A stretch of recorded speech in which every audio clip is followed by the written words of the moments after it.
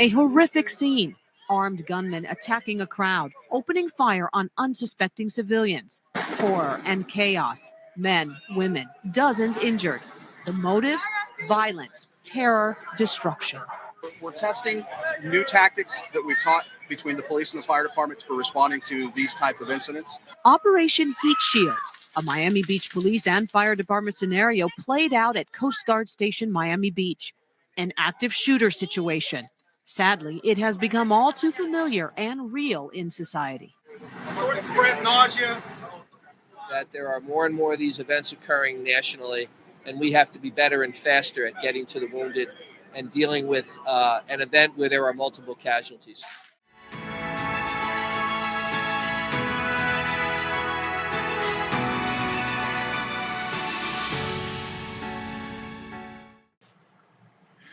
Domestic preparedness. How is law enforcement prepared? How have they trained to address these incidents?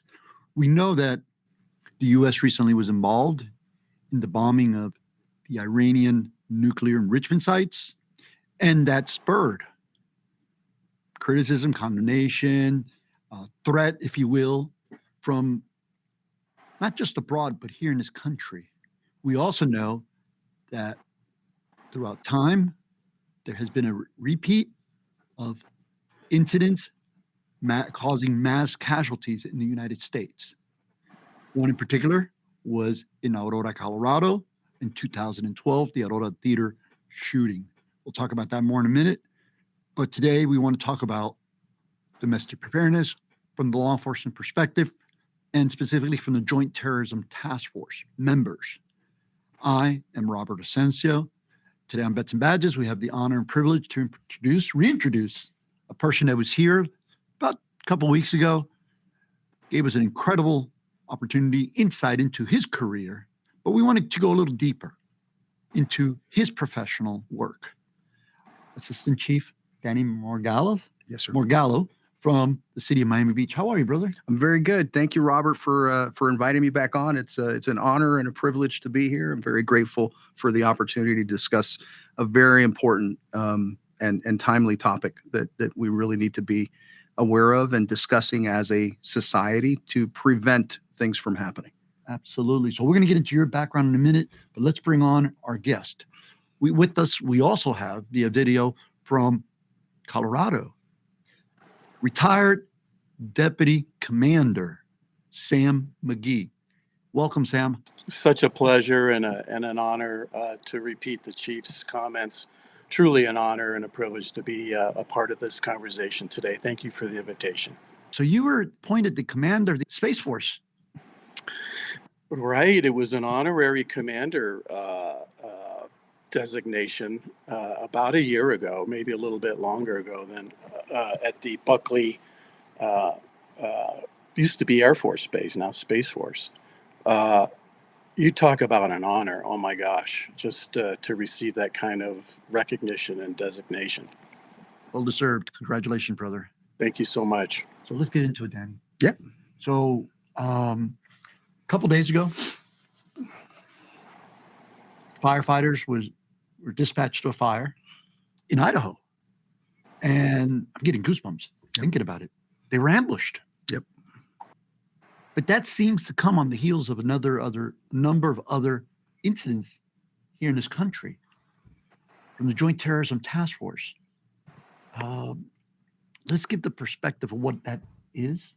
Absolutely. To the public. So in the aftermath of 9/11, one of the biggest things that came out of the 9/11 Commission report is the need for different agencies that have responsibility for detecting and preventing and responding to terrorism to be able to communicate and collaborate. One of the things that was established in the wake of that was Joint Terrorism Task Force, usually headed by the FBI throughout the country, regionally, and it's usually comprised of different members of all the local city organizations, city law enforcement organizations, a lot of different collaborators to share information, because for law enforcement, one of the biggest things that came out of that 9/11 Commission report was that we didn't share information well among law enforcement. There was the disconnect. And it's oftentimes we don't want to miss that next failure of imagination of being able to anticipate what type of terrorist action is going to happen, and inevitably it's going to happen. Our country, our society is a target for not just domestic terrorism, global terrorism, depending on whatever the ideology is, because terrorism is terrorism, and the end goal is to terrorize the society and attack the way of life. So when we talk about whether it's a lone wolf or a complex coordinated attack, joint terrorism task forces are designed to share information, to get different perspectives on that information so that we can make the best assessment. And the end goal is always to prevent and intervene before a terrorist attack happens. But in the event the terrorist attack occurs, then the JTTF and that team is best mobilized to respond to and to be able to direct resources to deal with the incident. So that includes coming together, municipal, state, county, Yes. federal agencies. That's a joint operation, if you will. Yeah, so absolutely. So we're very blessed in South Florida, and I know the Colorado, Denver, greater Denver area as well. Sam will probably talk about that. But we're blessed with a very resource-rich region. And our region basically expands from Palm Beach County all the way down to Monroe County, Dade and Broward as well. And within that metropolitan region, we have a tremendous amount of resources that train regularly together. And we have been training like that for many years. There's an upcoming training exercise that will happen probably in August. That's Heat Shield, I think 6.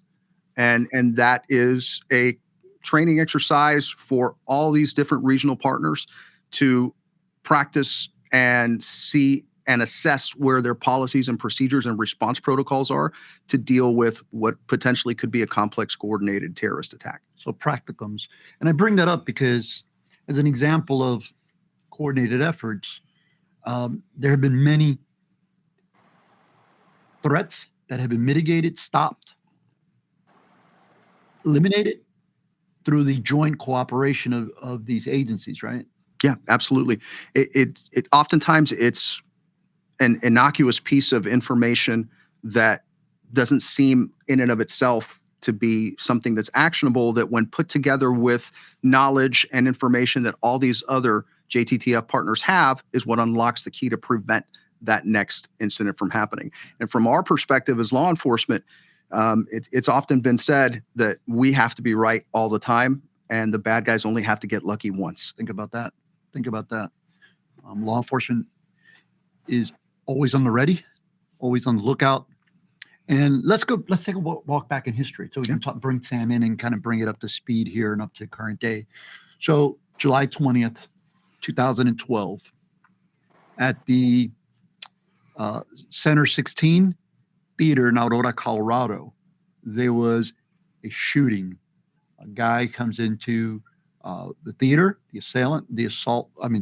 perpetrator comes into the theater and opens fire on innocent victims that were there. Sam, you were the commander at the time. You had a unique perspective in a unique role, in that you basically operationalized or stood up the fusion center, the intelligence center. This time of year always brings back memories, and it's almost as if it happened yesterday. It's, in a couple of weeks, it'll be a 13th anniversary. Hate to use that term anniversary, right? It almost kind of demeans the importance of the event. But yes, at the time I was a lieutenant, and I was detailed as the deputy director of our fusion center in Colorado, the KAYAK. And of course, everything in government is an acronym. So it was KAYAK is the Colorado Information Analysis Center. So the chief at the time, Dan Oates, and Dan, Dan Oates very well. Yep. Just a visionary kind of chief, a one in a career kind of mentor to have.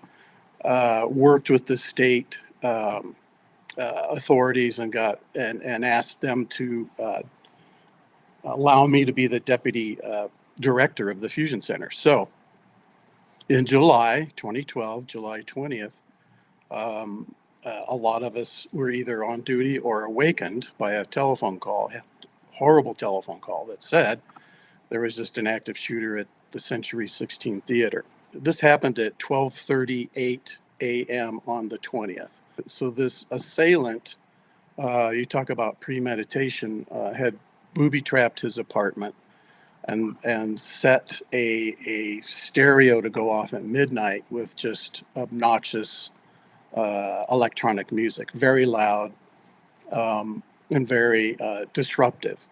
Why? To get the cops to come to his apartment for a noise complaint, and then, of course, trip one of the many tripwires that he had laid as in wait for the officers. The good news is it was a Thursday evening, pretty busy in Aurora, and a noise complaint was not the highest priority call that was on the screen. So a neighbor went up to the door to try to knock on the door and tell him to turn it down. The door was ajar, and something told her, "Don't push it. Don't push the door," and she didn't. So there's a lot of speculation on what that little message was, but she saved not only her life but probably everybody's life in that apartment building, because that was the tripwire, the first tripwire. The assailant attacked at roughly 30 minutes later at the theater. He had previously bought a ticket, so he arrives like everybody else for this midnight showing, but he arrives a little bit earlier, and he goes into the theater and then out the emergency exit door, which is at the front right if you're facing the screen of the theater, the front right of the theater, and puts a little bracket on the door so that it doesn't close behind him. His car is parked right out there in a parking lot at the back end of the theater. There he dons basically tactical gear from head to foot: ballistic helmet, face mask, supposedly an APR, a gas mask, protective gear on arms, legs, chest, everything. Reemerges about 8 minutes into the movie's the start of the movie, tosses two, we'll just say gas grenades. They're kind of an irritant, but he tosses two of those and then begins to fire with a shotgun, then a 223 rifle, and then a 40 caliber handgun. He ends up shooting 76 rounds. Wow. in a very, very, very short period of time. So a lot of interesting, great coincidences happened in our favor that night. This was right about during a shift change between swing shift and graveyard. We also had extra officers on duty for a summer task force to respond to violent crimes, auto thefts, special enforcement kinds of efforts for the summer. So when the call came out, we had probably 126 officers on duty. And of course, nobody, from swing shift went home. Everybody was in their debrief ready to go, and call came out and people obviously jumped back in their cars. And the theater was probably, as the crow flies, a mile from our headquarters station. So they were there they were actually on the scene within 90 seconds. And this guy probably at that point, he was done shooting, and he was already back at his car in the parking lot at the back. And what he was doing back there, I don't think we still know, because he had plenty of rounds still on him. He had thousands of rounds.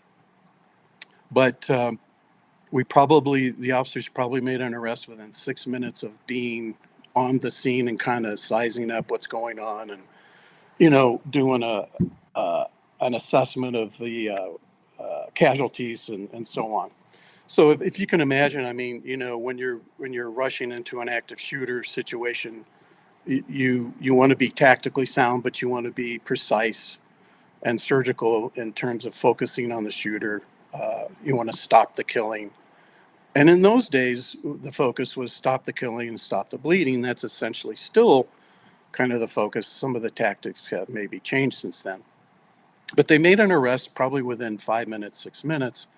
And what always struck me about the arrest was the officer who made the arrest sees this guy in tactical gear, and probably he's thinking, well, SWAT can't be here that fast. I mean, it takes a while. Even in a large city, it takes a while.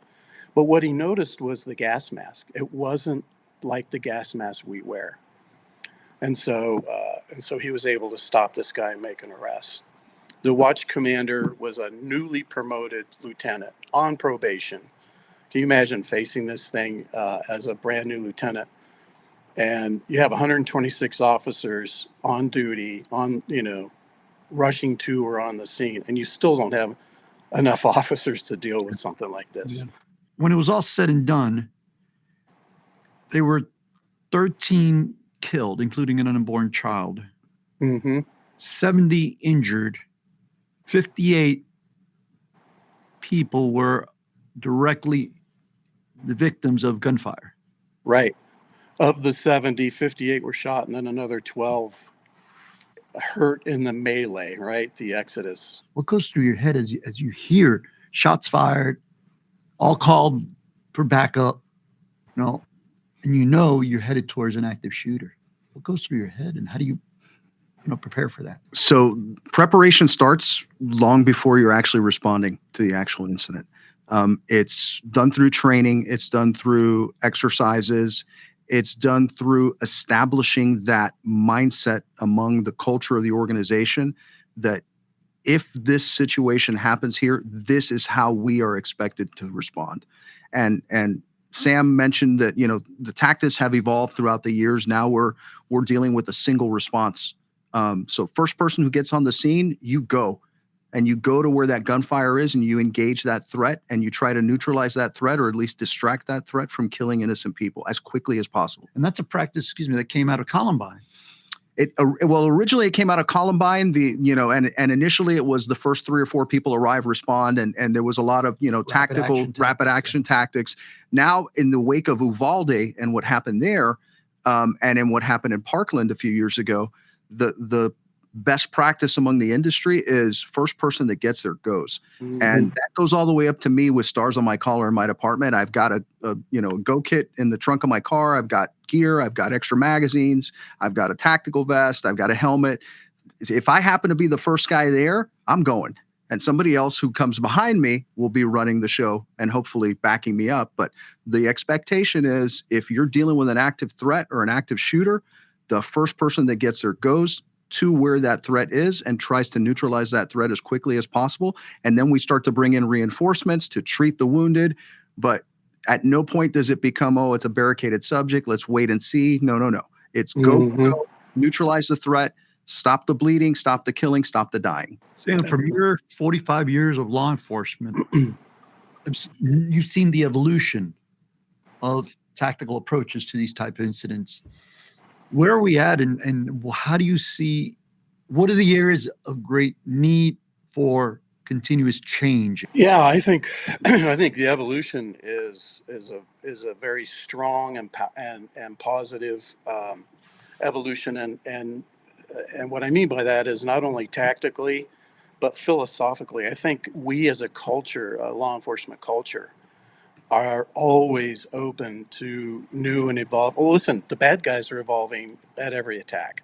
Sure. And so, for example, in this one, he had tactical gear. I had never seen anything like that or heard of anything like that prior to this. I'm sure maybe it could have occurred, but that was a pretty effective tactic, or could have been, if it weren't for an officer who was paying very close attention in a impossibly stressful environment.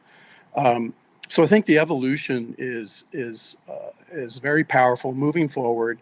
Our technology is improving in terms of weaponry, in terms of communications, look at AI. I mean, there's a lot of improvement in terms of technology that help us move forward. But I think the best tool that we have is our imagination, and that was one of the first things that the 9/11 Commission said, and that we had a failure of imagination during pre 9/11, and so I think we're taking that to heart these days and trying to imagine what could happen next. And a couple of things happened that night that has continued to impress me, and that is the imagination or the critical decision making. With the watch commander, Jad Lanigan, and another lieutenant who was running the task force that night. There were issues and delays with EMS getting to the wounded, and these people were bleeding out. Many were eviscerated. It was just a horrible scene. Well, these two decided throw them in police cars, get them to the hospital, to the tune of 21 or 22 folks who otherwise would have died, no question about it. One of our dispatchers, Sherry Klein, decided to get on the statewide radio system and call for help, and all hands call for help. Nobody had to tell her to do that. So, one of the things I talk about in terms of the leadership aspect of this is, while it's critically important that we follow our policies, our procedures, our training, we ought to be having the conversation, to your point, Robert, about evolution. Part of that ought to be the conversation about how are we empowering our folks to make independent, critical decisions.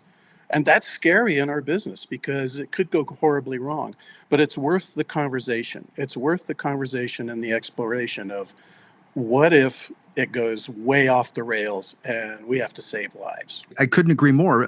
For our agency, at certain times of the night, our shift commander, lieutenant, is the highest ranking person in the city. So by default, they're the chief of police at that time. So we try to empower them to be able to make the decisions needed to handle whatever situation comes up during that time, and be able to call in whatever resources and reinforcements they need to respond to that. And just to finish up on your original question, from a commander and control perspective, when you're responding to one of these critical incidents, the hardest thing is to maintain situational awareness, to really know what's going on, because it's so chaotic. There's so much information coming in. It's often described as like you're drinking from a fire hose, and you really need to, as a commander, kind of take a step back and say, okay, what do I have? What do I need? Conditions, assessment, need. So you take a step back, you look at it, okay, what are the conditions? What do I need to deal with these conditions? And let's start asking for resources. Let's start getting things going. That is probably the most critical thing for a commander to do when they're responding to one of these incidents at the tactical level, operational level, is, okay, what do I have? And how do I handle it? And what do I need to handle it? Are those three critical components that you have to figure out as quickly as possible. How do you see law enforcement responding to the emerging threats, which we know that they're before us? So locally, I can tell you that at least Miami Beach and the South Florida Urban Area Security Initiative, UASI, the Regional Domestic Security Task Force, JTTF, all of our regional partners down here, the potential threat of terrorism is always on the front burner, always discussed. For Miami Beach, the uniqueness of our 7 square miles containing 23 synagogues, 20% plus of our population is Jewish or Jewish Orthodox. Plus, we have a large LGBTQ community, and Miami Beach in and of itself is a prime potential target for terrorism, full of soft target opportunities. So we are constantly talking about being aware, being prepared, and our officers ingraining in them that mentality that you are the tip of the spear. And if and when something happens in our city, the expectation is that we will be prepared to deal with it. And then our regional partners are going to come in to support us. And that is key, is understanding that mindset of, for the short term, nobody's coming to help, and we need to deal with this situation. And going back to 2009, when I was a sergeant in training, where we started doing training exercises, and I was blessed to have gotten the experience to put together our first full-scale training exercise with no real training on how to do that. Had to figure that out on my own. But we were successful. And one of the things that came of that was, we asked the organization, okay, now that we did this and we saw the need, we need to be trained on how to do this the right way, following the FEMA protocols. And, 15 years later, we still do it on a regular basis. And it's been essential in getting our officers in that mindset that this may not be an isolated incident. This could be an active threat. This could be part of a, complex coordinated attack that we have to put down as quickly as possible. Which could have been the case in Aurora. Yes, absolutely. Because you had one shooter, but you don't know if there are others out there, right? Yeah, and for a while, that's the way we were thinking. Absolutely.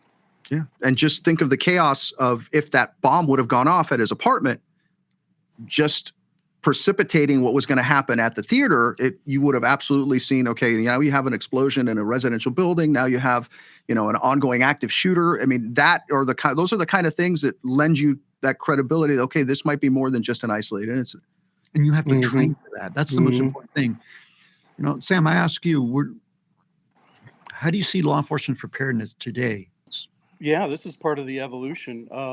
Just like the chief was talking, the Denver area, actually the whole state of Colorado, like many states, actually all the states to a degree, is broken up into regions, right? Local, state level Homeland Security regions. And so I even in my retirement status, I'm still the chair of the board of directors for our North Central region, which is all 10 counties here in Denver, in the Denver area. So that entity,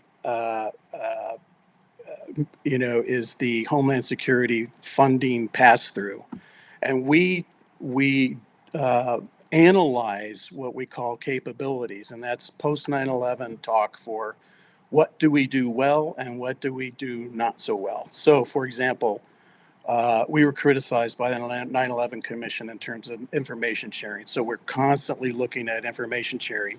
And to the chief's point, all entities, so state, local, federal. In Aurora, the first call Chief Oates made was to our local FBI division. Why? Because we had that designated relationship, very strong relationship with JTTF, and that whole division emptied out and came to the scene.